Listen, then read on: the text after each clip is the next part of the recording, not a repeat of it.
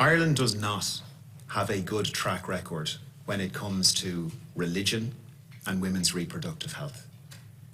It has a poor, dark history.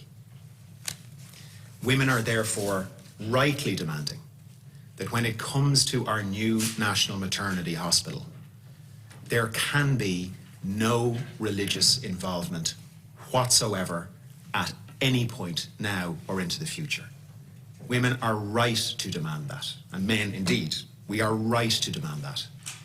And people, for very, very understandable reasons, are demanding absolute assurances that all legally permissible services are provided. They are demanding that, and they are right to demand that. All of these services are provided in Holles Street today. The same clinicians, some of whom are here today, are going to provide these new services in the new hospital.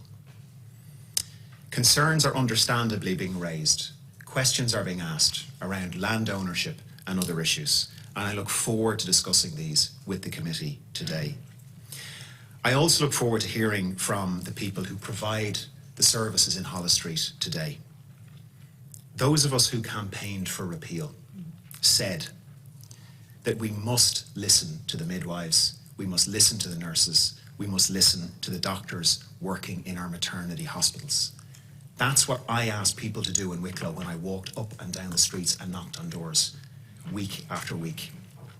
Some of those same clinicians are with us here today, and I hope that on this important issue, once again, we will listen to the midwives, we will listen to the nurses, we will listen to the doctors working in our maternity services who are providing these services.